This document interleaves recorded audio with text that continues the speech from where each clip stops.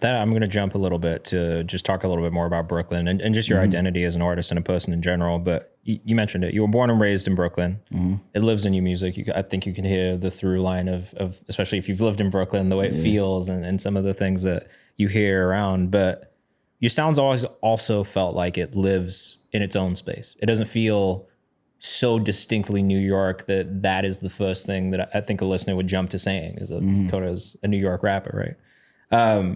How do you carry where you're from and the influence that you've taken from Brooklyn and growing up around it without letting it define who you are? Because I think that's a thing maybe some other New York rappers do struggle with a little bit is being so distinctly New York that there is no way out of it in a sense. Right. I think I have so many different experiences from the people I grew up with, and I think that it makes it so easy for me to just be me because my experience is just different, While I grew up in Brooklyn, I didn't grow up in just one neighborhood, a lot of people, they be in Bed-Stuy for their whole life, and that's it, Everybody I know live in Bed-Stuy. Grandma live over here, my auntie live over here, this is it. So it's like, my experience is very unique, even in Brooklyn. Like, my aunts grew up in, my great-grandfather bought a house in like the 40s or 50s in a neighborhood called Carroll Gardens, which is mostly Italian. It was mostly Italian at the time. And so growing up, half of my friends were Italian kids. And I was the only, me and my cousins were the only black kids to visit the block. And so that's an experience, that like instantly like sets me apart from a lot of different people. Like, and then we grew up, then I lived in Clinton Hill, like closer to Fort Greene. But now all of my friends are in Clinton Hill, Fort Greene, Bed-Stuy, Crown Heights. You know what I mean? Like, so that's all of the black kids and Hispanic kids. And then the family on my mother's side was Jehovah's Witnesses. So it's just like that's another experience. So it's like I just had this super unique, upbringing that I didn't. And I was so different. And when you're a kid, you don't know why you're so different. But I have to attribute like how I feel about life and everything to the fact that I grew up a little different. And then I had my own spice, which was what made me different from everybody around me was that I just had these dreams of exploration, and I had this music. And then I started exploring musically into things that nobody around me was into. Like, I started getting into, by the time I was in high school, I was getting into like Bob Dylan and the Beatles and the Doors. And like, it was, so my mind was like expanding into every genre possible. So it wasn't, because no matter the Italian kids or the black kids, everybody was listening to hip hop, So it's like, but I was going into different directions with the music, and that took me into a different space. So I think I've just always been ready to adventure. Yeah. Man, I didn't grow up here. So one of the things I love about New York, and I think is a really special thing about this place, especially of all the people I know who grew up here, there's just such diversity in everything that they have taste in, because it's just like there's so much all over the place. There's tourists, there's different cultures, there's different music, there's different backgrounds. I just feel like it's such a special place to grow up. It is. And experience the world. And I think it kind of creates this natural curiosity that maybe you don't get in other places. I don't know, man. That's at least for me, that's one of the huge reasons why I think like being a kid in New York is like, it must be such a special experience. It is. I feel like it can be mind opening. But I think like a lot of other places, it can close your mind. It could keep you right here. And I think New York is so special that some people think they never have to leave. That's how, because they're like, yo, I got everything right here. What you talking about? I got the bodega right there. I got a liquor store right there. I got a restaurant right. It's like, I don't never got to leave my hood or my block to do anything. And so it's easy to get complacent out here. But it is, if you actually use what's out there, if you actually take an opportunity to step outside, you can see the world. You know what I mean? Yeah, absolutely, man. Your stage name comes from a Native American word meaning friend via a Disney movie. This is a very specific origin story for the name. What does the name mean to you? And especially now, like being so deep in your career as well, like just the way it's continued to grow. Like, tell us a little bit about that. I think it definitely gave me an identity, and it gave me something to kind of live up to, you know? Naming myself Kota, and Kota deriving from the name Friend, like the Native American name meaning friend. I think it definitely gave me a sense of responsibility that over the years I've taken more seriously, you know? Like I named my son Kota before I named myself Kota. And it's like I want that for him. Like we have very deep conversations about friendship, you know? Like because I just think it's such an important part of life. Like I want to be a friend to my children, you know?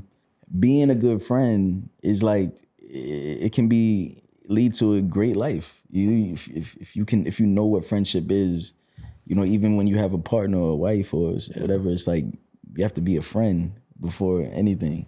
So it just gives me something to kind of aspire to every day, because I think about the fact that my name is Kota the Friend, and I want to hold some responsibility for that. What does friendship mean to you? Like if you could break down what being a great friend is, like how do you approach that? Yeah, man, we could talk about being a friend all day, but being a friend is just being there for the people you care about. It's being willing to go to the extra mile, you know, when you can, you know, when obviously within reason, but it's being available. It's saying like, yo, I'm here for you, and I can put my needs aside for a certain amount of time so I can focus on you, you know? And when you have that, it's like that priceless feeling of being a friend. It's nothing like being able to call on somebody and knowing that that person can call on you, and that person knowing it, and it just feels good, and you have that connection.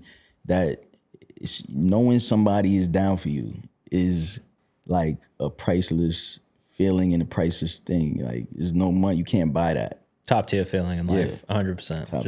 Just to know, you know what I mean? That you have people like that, and no, I feel that way. I feel the same about just treating friends in that way and giving them the space and the time to just know, yo, I got you, regardless of what it is. It's different. That's different. Just feeling like when somebody says I got you, when you know they do. Yeah. It's like for somebody that's never had that, it can make you cry. You know, 100%. It could like bring you to tears, because you just sit back and be like, damn, I was carrying the world on my shoulders, bro.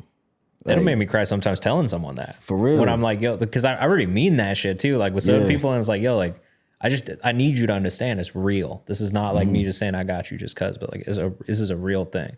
But I feel you 100%. All right, I want to talk a little bit about your creative process and the music in general. You started on the trumpet in the 4th grade. Yeah. I was a violinist as a child, so I know the band orchestra life. And then you went through a bunch of serious music programs all the way through college.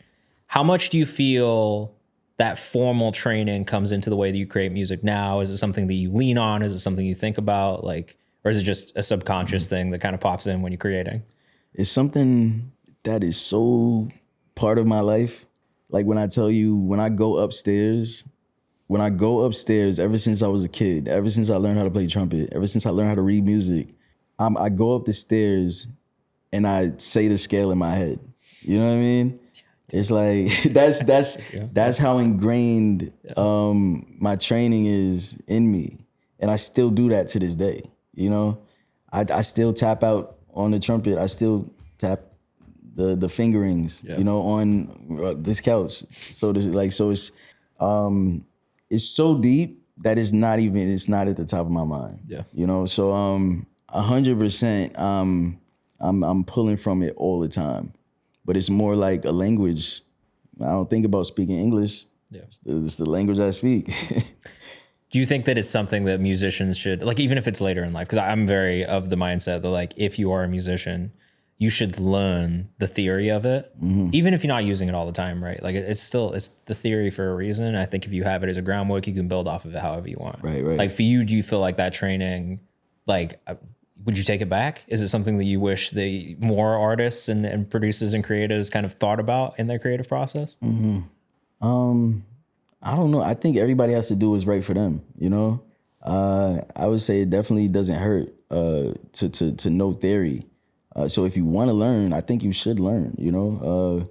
But some people, they just got the gift. And you can't, and I can't knock that. because it's just like, I may not have it like this person got it. You know, this person has something different. He has a specific understanding of music that is God-given to him. And I feel like I have that same thing in a different way. Yeah. So it's like I just want people to be able to make music, you know, make music that's real to you. And if you don't know how to read music, but you could play the hell out of a guitar, then fuck, who gives a fuck about whether you could read a sheet music or not? This is true. This is true.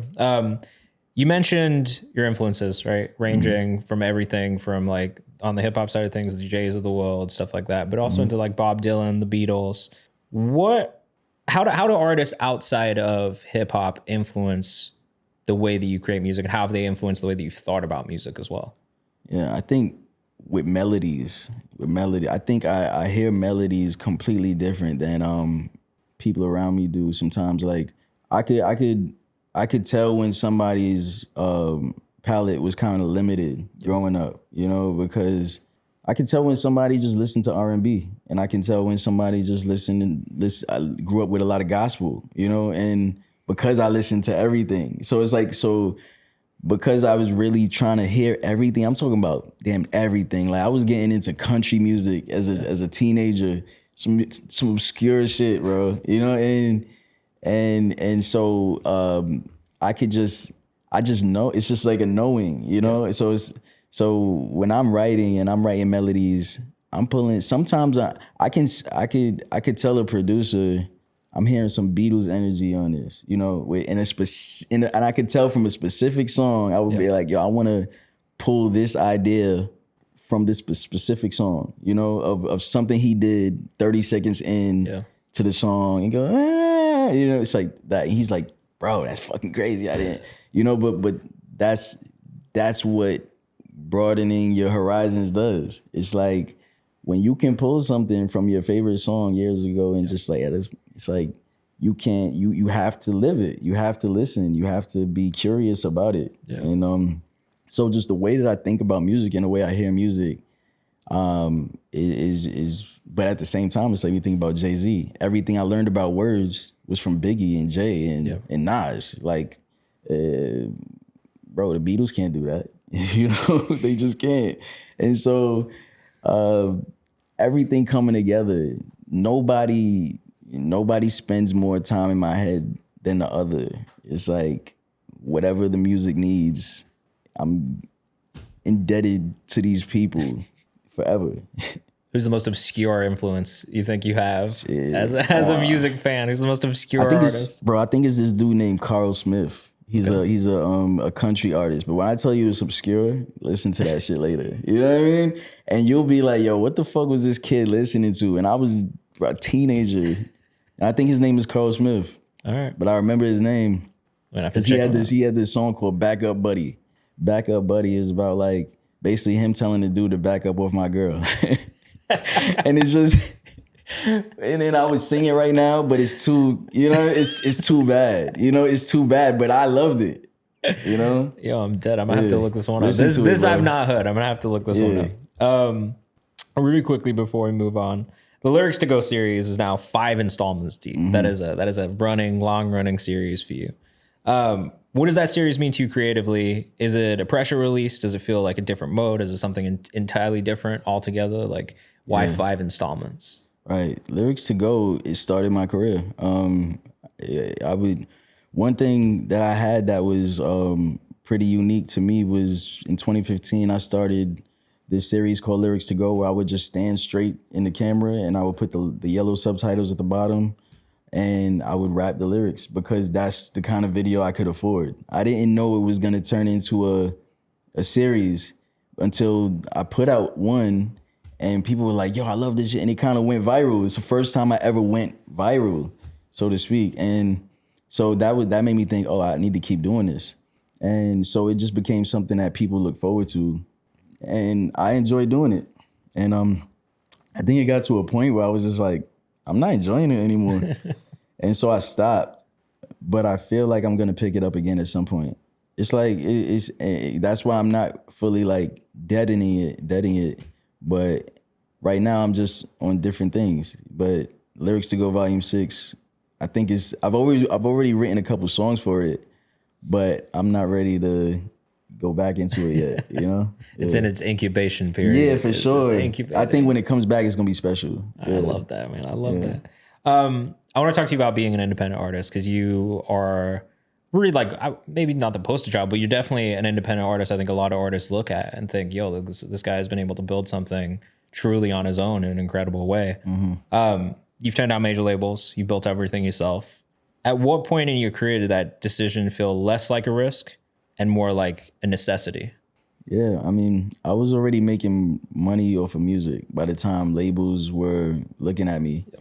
And so early on, I told myself, look, if I'm making enough money to feed my family and do what I need to do, I'm not gonna just take any deal, you know, and I'm gonna be happy. I'm gonna be happy with that. And so I've never been one to be I'm just not a greedy person, you know? So it's just like, I don't aspire to anything that anybody else has. I'm not like, yo, I want that.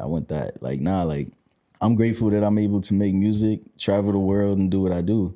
And so it just became my life. It was like, I wasn't, even though labels were scouting me and all that, it wasn't, they wanted too much.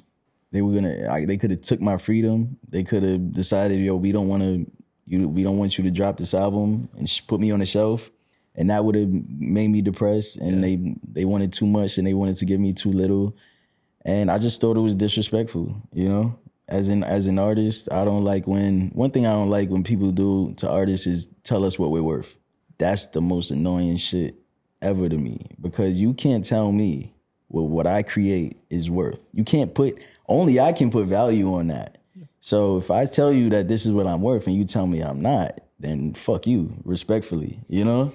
And that's it. So that's my take on being an artist, bro. Like, so I think sometimes we gotta really put the art first. And I just put the art first. And if I'm not gonna do that, then I'm not gonna do it. She said, call me Stephen Irwin if you looking for adventure. She been out in LA.